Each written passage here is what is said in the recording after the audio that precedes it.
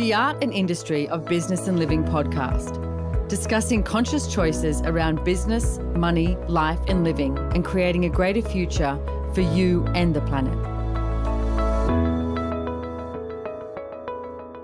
Hi everybody, welcome to the Art and Industry of Business and Living. Guess what? Yes, you're with your host, Simone Milasas. Surprise, surprise. Because every week you are, but hopefully it's interesting enough that you keep coming back here. I am with today my good friend Lauren Marie, who's been on a few different shows. She lives up the road, so she's not only awesome, but she's a really easy target for me to say, come do a podcast with me, and she's brilliant. So welcome, Lauren. Thank you, Simone. Always happy to be here. Just popping by in the neighborhood. Exactly. So today, we wanted to talk a little bit about being in business, I'm going to say being in your own business, because you do have your own business and yet you do work with a company which is Access Consciousness. And you also have a husband and 2 kids, and every now and then you have a dog when we go away. We share a dog and they look after my dog. So I want to talk a little bit about, being in business, working with a company, etc., having kids, having a family, and sort of juggling all of that without giving up you. So first of all, how old are your kids? They're nearly 3. Wow. Yeah. Nearly 3. Twins. Yeah. Okay. So tell me, how do you manage this? Like, sort of, do you have like a routine? It's like, is there certain hours? And she's laughing, going, oh my God, that's insane. I've never liked having a routine. I used to have an acupuncture practice, and so you have to schedule patients and they'd have to come in at certain times. And that was the biggest, downside of that business for me, was having to stay on a schedule. Right. I don't know. Someone's coming at 2:00. Yeah. Damn, I can't leave. I can't just go. But I would try and make it as flexible as possible. But I don't really like schedules. We do have meetings and we do schedule things like flights. But otherwise, it's very, very, very flexible. So tell me what it was like when because you were, heavily involved in working with Access Consciousness and your business when you fell pregnant. So what was the first things that sort of went through your head? Did you go, holy shit, what am I going to do now? Literally couldn't stand up, holy shit, what the hell am I going to do? I had no idea how I was going to do kids and my job. It still is a very full-on job, and I didn't know then, and I still don't know now how moms do it. Even though I am one. I know, that's funny. still don't know, because it's not a how, really. It's a choice every day, and you just wing it. They always said to me, what's your birth plan? And I just thought it was the stupidest thing ever.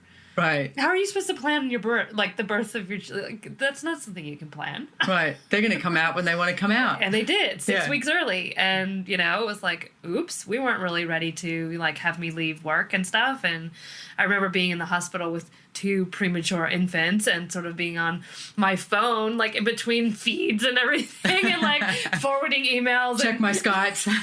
And Megan, who we work with, was like, why are you online? And I'm like, I was just trying to forward an email. She's like, get off. You're supposed to be resting.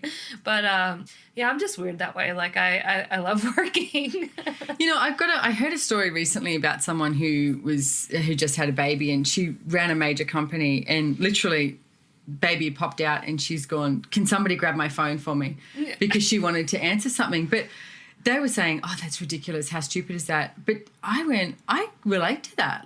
To me, it would create more ease in my world if I knew things were, flowing, or people weren't stressed out on waiting on something for me. I would have more ease in my world if I was still, tapping in to what's there. So let's talk a little bit about that and tapping into the energy of business, even when you are having kids or, about to give birth. Is it required, not required? How much of it should you be doing or not doing? Or for me, it wasn't about if I don't do this, then something bad is going to happen. It was actually my guilty pleasure, almost. I know I'm supposed to be doing this. Some people have ice cream, but some people have wine. I have work. But it's a generative energy for me to tap into and still be in the flow of what's being created. And of course, just because I had twin babies didn't mean that anything stopped. So I was still energetically and in my mind involved in all the projects. So I wanted to know what was happening. Yeah. So I would sneak a peek at my phone, or I would get on, like, people were like, you're on this meeting? And I'm like, yeah, I mean, I can't really be on, like, with my sound, but I'm listening, you know, if I have to be on mute, but I want to, you know. Want to be involved. I still want to know what's going on. And for me, it was like being in that generative energy actually contributed.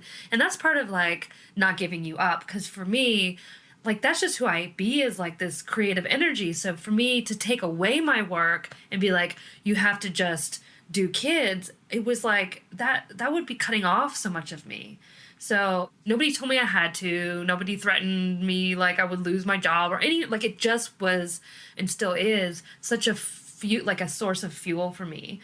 Like, not having that is like not having, you know. Well, I'm going to say, I would say it even makes you a better mother, because you have like, I mean, I hate to use the word balance, but it's like, I don't know, or, you know, but a word like that where you have a bit of everything, like you have choice with everything. Yeah. Well, I hear moms going, oh, so lucky because I got to, like, take all this time off, or, you know, is it stressful because you had to still work? And I'm like, what? It doesn't even make sense to me almost. Like, being a mom can be really boring for me. Like, I love my children. I could spend a lot of time with them, and there's only so much, like, you know, feeding them, playing with them, changing their, you know, nappies, and, like, putting them to bed. Like, that sort of stuff is like, okay. No, I get it. I mean, I even went to the movies the other day with my 13-year-old son, and we were laughing, saying, God, this is one of the first times I've actually gone to the movies with him where I saw a movie that I wanted to see. Right. It's like, I mean, I can't tell you how many movies I sat in, like SpongeBob. And it's like, I'm sorry, I don't like SpongeBob. No. And he would laugh and giggle and be so excited that I was there. And I'm like, doing it for you. Yeah. But, you know, and I'd be like secretly looking at my phone, Yeah, you know, exactly. answering Skypes, WhatsApp messages, looking at emails, etc. Yeah. But now he's 13, I actually get to see movies that I want to see as well. Okay, so I there's only a light have at the end of the tunnel. 10 more years. Yeah, and I don't have to bathe him. And I don't have to take him to the toilet. You do have to feed them. I once saw this photo on Facebook, and I thought it was hilarious. There's this woman sitting on a couch going, why do they have to eat every night? It's like, I so feel like that sometimes. It's like, hey, dude, you ate the last 2 nights. Do you really have to eat tonight? I've tried just putting things out for them like you would a dog. Like an animal? Yeah. I have. Sometimes it works. They sort of graze. Usually there's a big mess. Right. But, you know, it's like give and take. Like, okay. Choice. Have like 10 more extra minutes to myself, and then I have to clean up after them. It's okay. So let's go 6 months, you know, down the track, 6 months, a year. I mean, you're almost at, you know, kids that are 3. You do have a husband, and I know that he contributes a lot too. How important is that, to have a partner that contributes without giving up you, like of being a mum and doing the work? Not everyone's as lucky to have a baby daddy who's as involved as ours is, but whether it's a grandparent or whoever, babysitter, I think it's huge. I mean, even just having our nanny come 3 hours a day, it's huge just to have like that different person interacting with them. Like, even when my husband goes to the gym, has a break, and comes back, he's like a whole new dad, you know? Right, yeah. So, I mean, not having that would be devastating for all of us, I'm sure. Like, I don't know how anyone does it. Like, single moms, my hat's off to you. Like, no idea how you do that. He's amazing. And he loves doing the dad thing. Like, for him, if I told him, okay, we're going to switch roles, you're now going to be the sole, like, breadwinner for the family, and I'm going to stay home with the kids, we would both, like, seriously freak out. And the kids would probably freak out too. Definitely the kids would be like, what's going on? So I think that's so awesome in this, you know, day and age, though, that can be a choice. Like, it's not like woman must stay at home and, you know, and cook and do that. I mean, gosh, even, you know, when I first met Brendan, I would sit at the kitchen bench with my computer, you know, on meetings, you know, answering emails, etc., with a glass of wine while he was cooking. Yeah. And it worked perfectly well for us. Now he's really busy and, you know, earning a lot more money and getting out there. There's and now, no one in the kitchen. I know. Last night I set the alarm off because I was cooking steak and the smoke went off, and I had a friend of ours, Jonas from Sweden, calling, and I was just like, hang on, like alarms going off, smoke's everywhere. So things have changed. That's why you can order takeout. No, he actually makes soup and freezes it for me. So when he's away.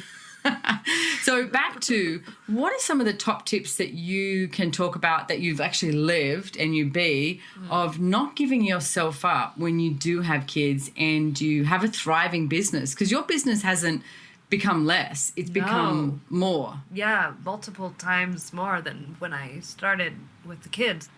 Number one would be everything is just an interesting point of view. What other people tell you about your business or what you should be doing for work or even in your daily schedule or any of that, all of those things that you think you, quote, should be or shouldn't be is just someone else's point of view. Like, really, if it's just interesting and you don't make it right or wrong, you can create anything. I like that. Anything else with that? I was just thinking about you going off to London. Yeah. And you just so spontaneously booked that too.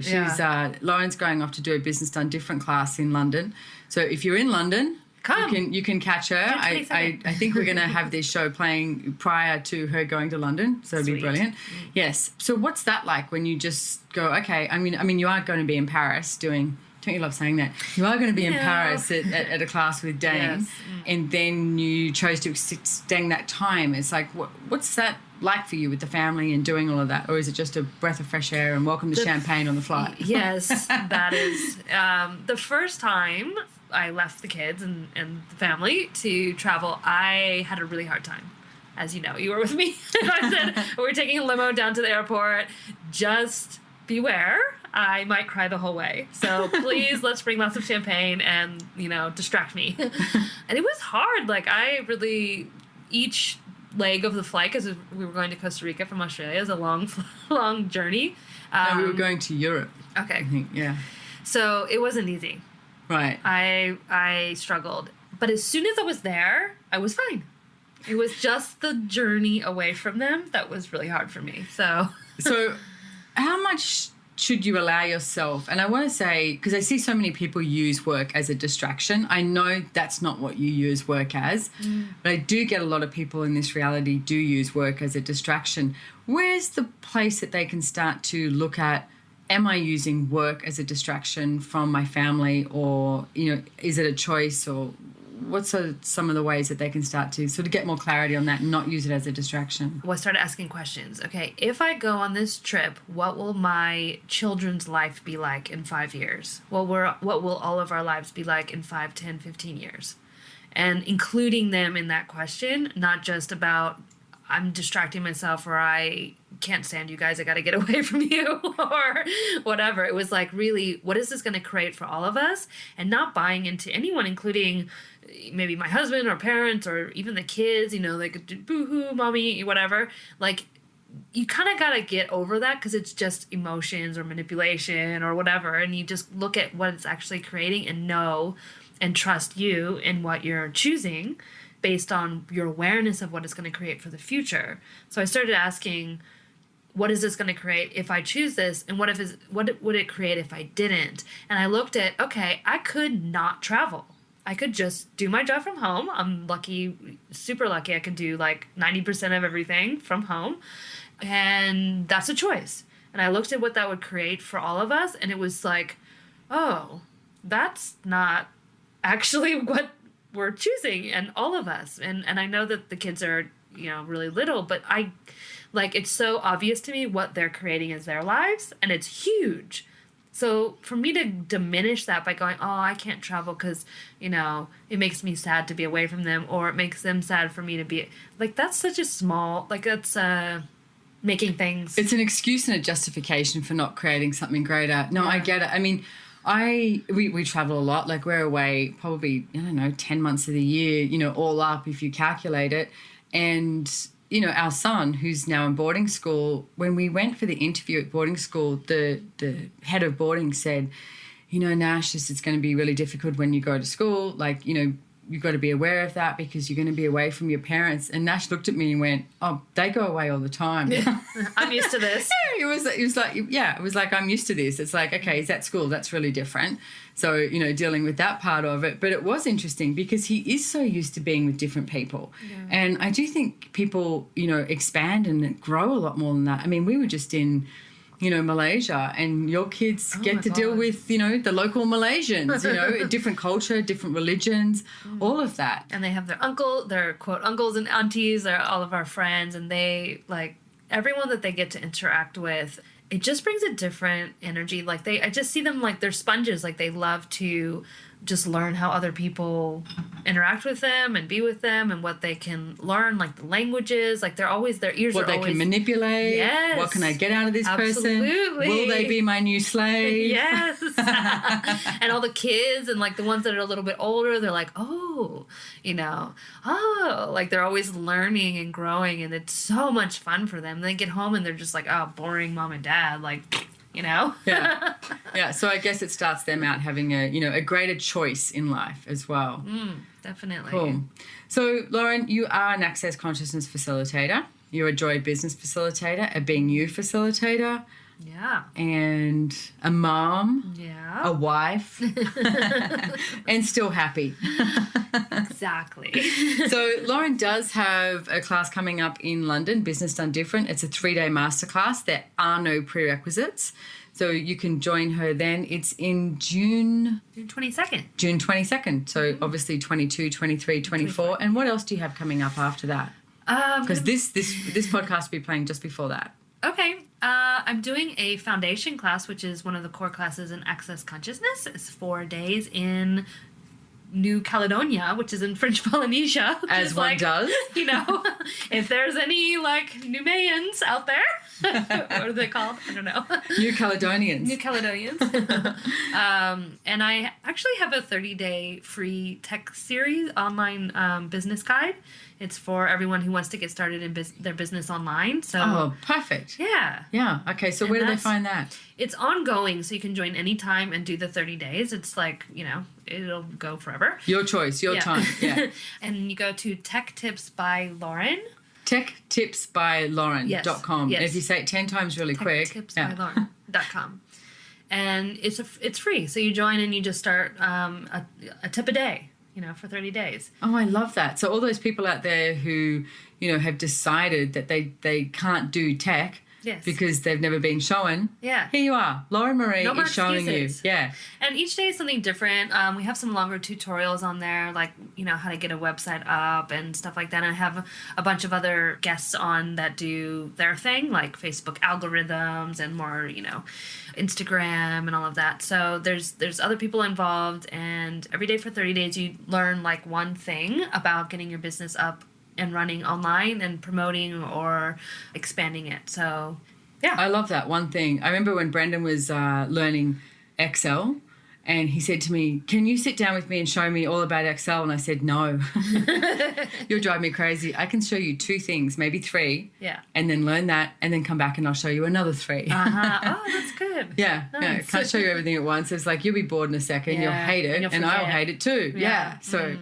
Cool. Awesome. Well, thank you so much for joining me here today, Lauren Marie. Thank you, Simone. And please check out accessjoyofbusiness.com. Find a JCF local to you, or why not travel the world and find a JCF? London, Paris. I'll be having my Business Done Different class in July, from the 5th to the 7th of July.